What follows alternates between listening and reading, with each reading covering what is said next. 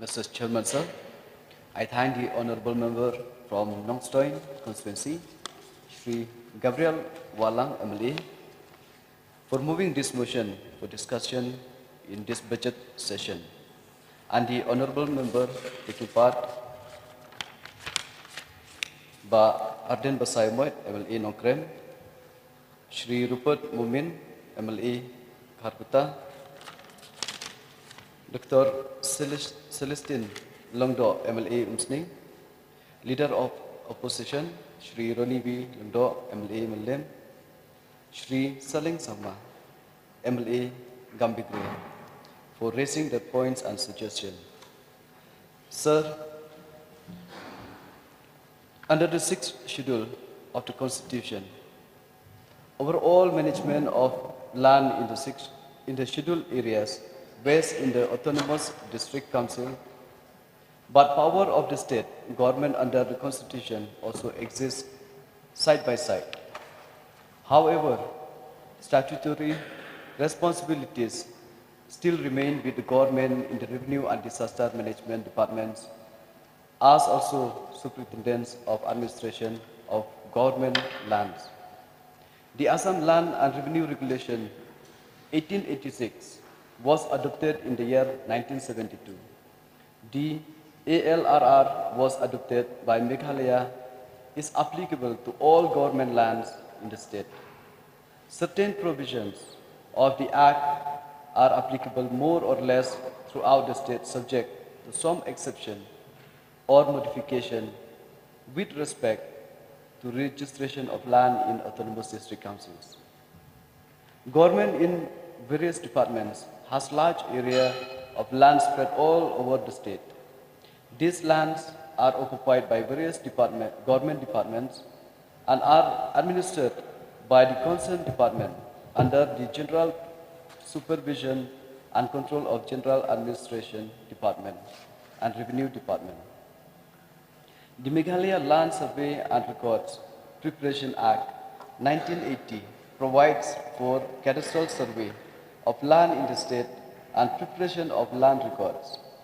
The Act was amended in the year 1991 to involve the District Council in implementation of the provisions of the Act, as the scheme of cadastral survey has been decided to be implemented by the District Council with financial and technical assistance from the state government.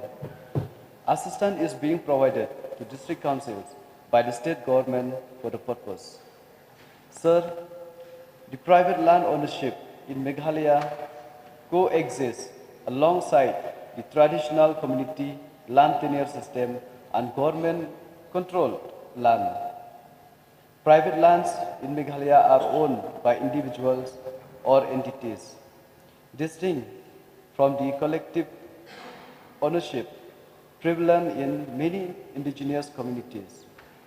Private land can be acquired through purchase, inheritance, etc. The transfer of private land involves formal documentation and registration, and the ownership and management of private land are governed by various laws and regulations, including the Meghalaya Land Transfer Act and other relevant land laws. Sir, for the procedure of allotment of government land, sir, as I mentioned earlier, the government in various departments have large area of land spread all over the state. The procedure for allotment of government land involves several steps and adhere to specific rules and regulations, which are: A, sir, the government departments identify their land requirements based on their operational needs, infrastructure, or other specific purpose. B, sir, the concerned government department submits a request for land allotment, which includes details such as the purpose of land use, area, and location, along with justification for the allotment. C, sir, upon receiving the request, the GAD verifies the legitimacy of the request and evaluates the proposed land use in accordance relevant policies and guidelines. The proposal is forwarded to Revenue and Disaster Management Department for approval, and on further examination of the proposal request, and if it is deemed approval and in compliance with applicable rules and regulations, the allotment is approved by the competent authority. The procedure for transfer of private land, sir. The enactment of the Meghalaya Transfer Land Regulation Act 1971 is to regulate transfer of land in Meghalaya for the protection of the interests of the scheduled tribes of the state. The transfer of the private land follows a stringent procedure, which is the buyer submits an application to concerned Deputy Commissioner. The application includes details such as the names and addresses of buyers and seller, description of the land, sale agreement, and other verified documents. B, sir, upon receiving the request, Deputy Commissioner verifies the legitimacy of the request and evaluates the proposal in accordance with the provisions laid down in the Meghalaya Land Transfer Regulation Act 1972. C, sir, the proposal is then forwarded with recommendation to the Revenue and Disaster Management Department for approval, and on further examination of the proposal or request, and if it is deemed appropriate and in accordance with the provisions laid down in the Meghalaya Land Transfer Regulation Act 1972, the proposal or request is approved by the competent authority. Sir, alienation of tribal lands is a very sensitive issue, and the government of Meghalaya, since the inception of the statehood, has tried to tackle it comprehensively by the enactment of the Meghalaya Transfer of Land Regulation Act in the year 1971. The purpose of enactment of this act is to regulate transfer of land in Meghalaya for the protection of the interests of the scheduled tribes of the state. The act came into force in the year 1972. The Meghalaya Transfer of Land Regulation Act 1971, Meghalaya Act 1 of 1972, extend to the tribal areas within the state of Meghalaya as specified in Part 2 of the table appended to paragraph 20 of the 6th schedule to the Constitution, subsection 2 of section 1. With the enactment of this act, land in Meghalaya, which includes immovable property of every description, and any rights in or such property cannot be transferred by a tribal to a non-tribal or by a non-tribal to another non-tribal except with previous sanction of the competent authority, and any transfer of land made in contravention shall be void and shall not be enforceable in any court. Sir, the Act has various provisions which fulfill the intent of the legislature when it was enacted, and I would like to highlight some of the important provisions as follows. Section 3. It mentioned that no land in Meghalaya shall be transferred by a tribal to a non-tribal or by a non-tribal to another non-tribal except with previous sanction of the competent authority. This section was further strengthened by an amendment as early as in the year 1972 by Act 1 of 1973 by adding a proviso which stated that provided that the government of Meghalaya is satisfied may from time to time by notification prohibit any transfer of land within such area or areas as may be specified in the notification, and thereupon the competent authority shall not sanction any such transfer of land under the provision of this Act within such area or areas. During the course of time, this section was further amended by the legislature in the year 1991, Act 11 of 1991, which added another proviso which stated that, provided further that no notification has made under the proceeding proviso shall apply to transfer of land for any of the purpose mentioned in Clause E or Clause F of subsection 1 of Section 4. Therefore, sir, the two important exceptions allowed by the amendment of 1991 are Section 4(1)(e), whether the land proposed to be transferred is required as a place of public religious worship by any community or as burial or cremation ground. To such Section 4(1)(f), whether the land sought to be transferred is for the purpose of implementing a scheme to promote the interests of the tribals in the field of education or industry. Section 4. This section lays down in details the procedure of the followed in any matter of the transfer of land. It mentions that in granting or refusing sanction under Section 3, the competent authority shall take into account the following matters according to the circumstances of each case. A. Whether the non-tribal hold any other land in Meghalaya. B. Whether there is any other tribal willing to take the land on transfer at the market value. C. Whether the non-tribal seeking to take the land or transfer is carrying on any business, profession or vocation in or near the area, and whether the purpose of such business, profession or vocation, it is necessary for him to reside in the area. D. Whether the proposed transfer is likely to promote the economic interests of the scheduled tribes in the area. E.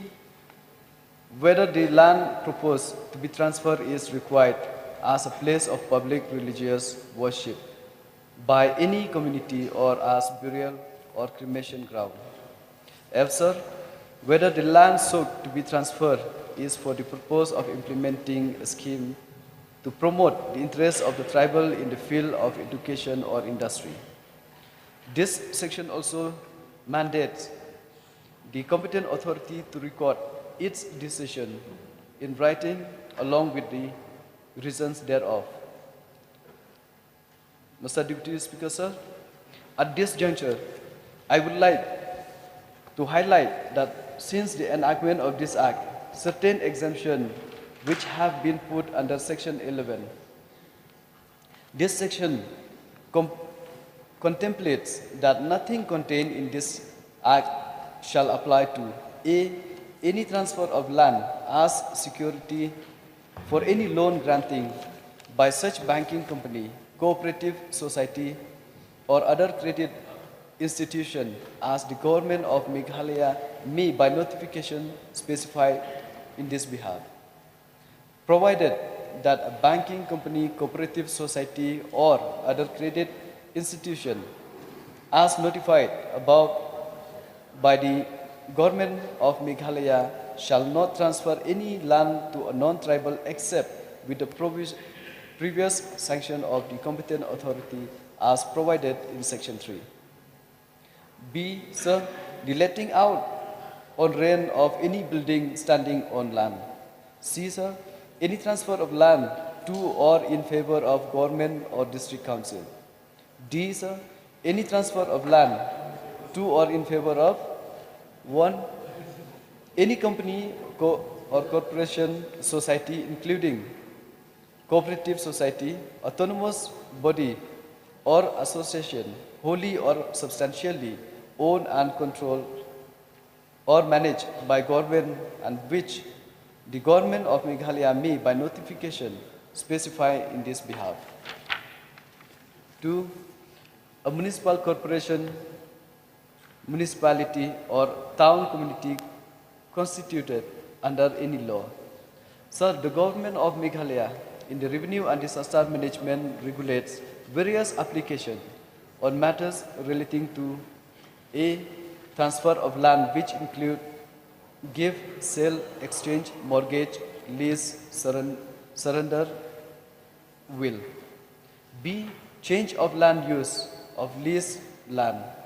C. Inclusion or and deletion of names in the lease documents of the leased land. D. Regularization of excess area of the leased land. E. Settlement or allotment of government land, new lease.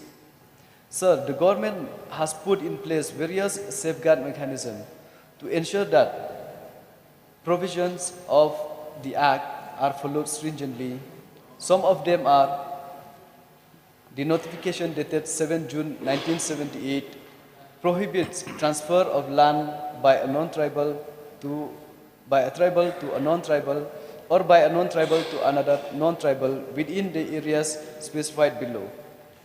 The areas within the Khasi Hills district except the area to which the Act aforesaid does not apply. 2. The area within the Jaintia Hills district. 3. The areas within the West Khasi Hills district. Notification dated 2nd February 1979 prohibits transfer of land by a tribal to a non-tribal or by a non-tribal to another non-tribal within the areas specified below. Number 1, the areas within the West Garo Hills district except the area within Moza. Number 6. 2, the area within the East Garo Hills district. 3, allotment or settlement of land or government land for private purpose will no longer be considered as per Office Memorandum number RDS 28/92/27 dated 24 June 1998. Revenue or renewal of lease and enhancement of land revenue for government land lease to individual has to be renewed after a period of 30 years as per Office Memorandum RDS 69/87/25 dated 25th January 1988.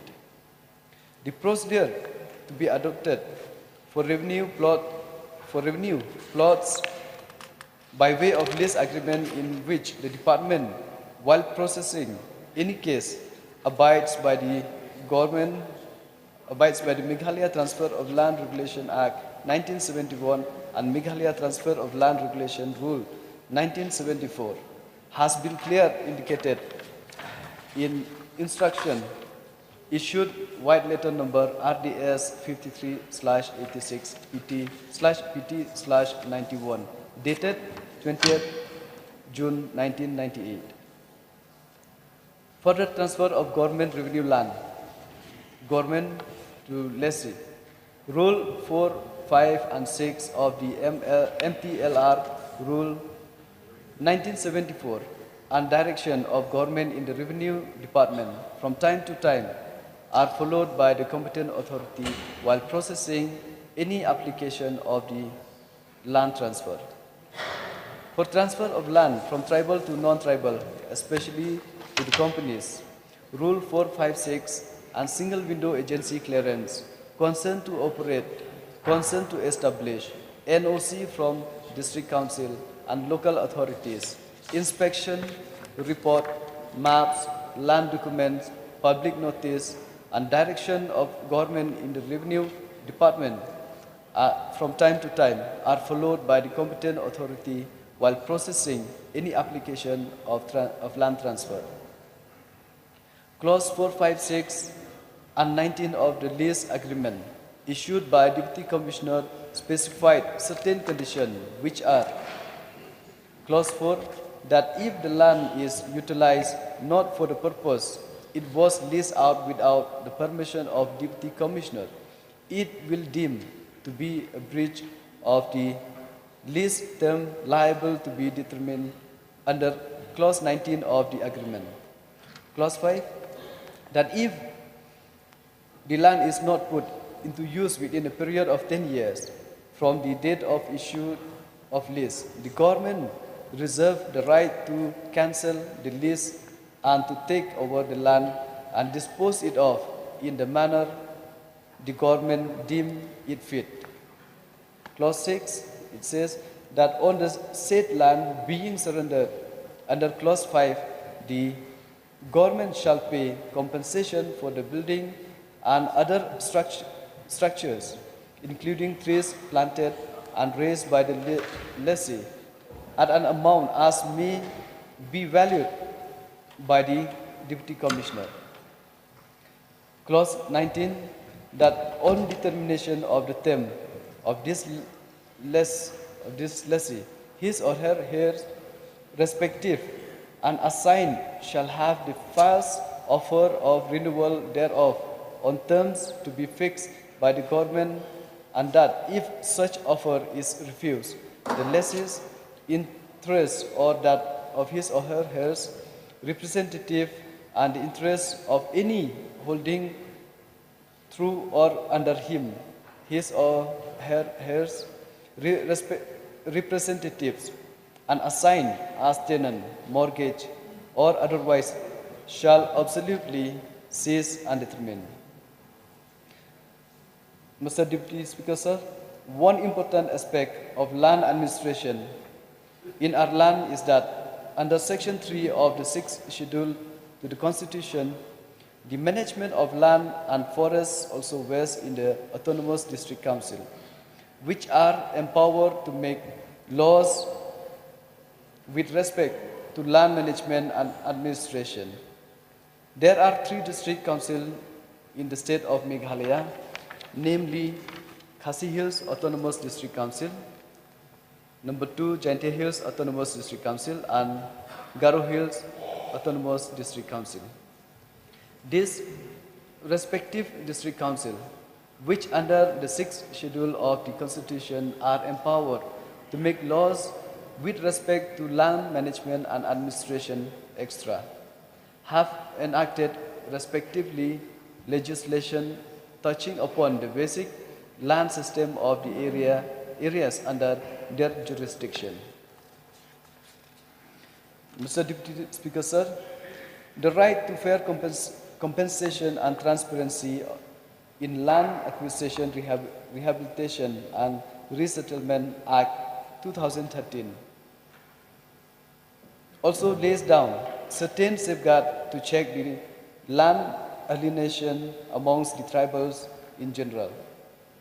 One of the purposes of this act is to ensure safeguard against displacement in consultation with institutions of local self-government by way of special provisions have been made for scheduled tribes under Section 41 and 42, which protect their interests. As per Section 41(1), as far as possible, no acquisition of land shall be made in the scheduled areas.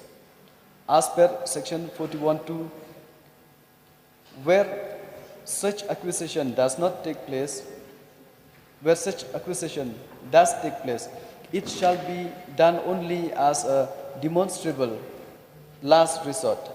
As per Section 41(3), in case of acquisition or alternation of any land in scheduled areas, the prior consent of the concerned Autonomous District Council is necessary. The RFCTLARR Act 2013 also lays down the procedure and manner of rehabilitation and resettlement. In short, the Act provides that any land acquisition in the tribal areas of Meghalaya shall be done with the consent of the Autonomous District Council. Therefore, sir, in view of the mentioned above points, it is clear that government, while processing any case of transfer, mutation, mortgage, will extra, proceed as per the provision laid down in the Meghalaya Transfer of Land Regulation Act 1971, Act 1 of 1972, and Meghalaya Transfer of Land Regulation Act 1974.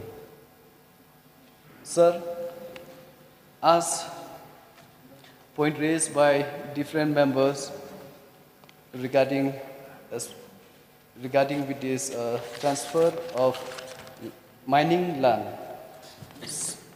mining lease. So, sir, mining lease is issued by the mining and geology department, sir. We only give the revenue clearance, and the mining lease has been issued by the mining and geology departments. And there are many points raised by different members, sir. So most of the points, some of them is a suggestion which has been noted down by our departments, and some of them is a question raised, and I try to explain, sir, the procedure followed by the revenue departments, and I believe that my reply to the members would be satisfied. And therefore, sir, I would like to request the honorable member to kindly withdraw the motion. So with these few submissions, sir, with this few reply, I resume my seat. Thank you, sir. Mover of the motion, you may seek one clarification. Yes, Mr. Deputy Speaker, sir, I would like to seek a few clarifications. The government is intending to protect the land, and so many statements and the law enact had been extensively replied by the Honorable Minister. So I express my gratitude to the Minister for your reply and with the acts and the laws that you have done. But there's one thing that I need clarifications. Land belongs to the revenue departments, and the minister in charge was saying that the land which is doing the lease in the area of industries are done by the mining and geology department. So I was confused because why land is a land and why other departments are intervened in the matter of the revenue department. That I want to seek a clarification, one. And another important aspect is that, you see, our land has been alienated mostly not on selling by a non-tribal to a non-tribal, not on purchase, but maximum has been doing on the lease. So this is become a threat to our society. If more and more land are giving lease to the company, what will happen to our next generation? That's, I need to seek some clarification. Yes, sir. When it comes to lease of land for setting up of industries, it does come to the Revenue and Disaster Management Department. But when it comes to the mining lease, we only give the clearance, and the lease is done by the Mining and Geology Department, sir. So our intention is not to lease the land to any non-tribals for the purpose of losing our land, but all we want is that when we lease, after thoroughly follow the procedures, then after fully satisfied by what is their intention of setting up the industries, then only, sir, we go ahead with the lease of land. Otherwise, if we feel that this proposal is not for the benefits of the tribal people of our state, so this kind of proposal, it can be rejected, and we will reject it. And we make sure that we will not allow any misuse of our land when it comes to tribal lands in our state, and will protect it, sir, as per this, as per I've mentioned the rules, and then all these clause which we needs to be followed. We make sure that our land is safe, and we will protect it. Thank you, sir. Thank you.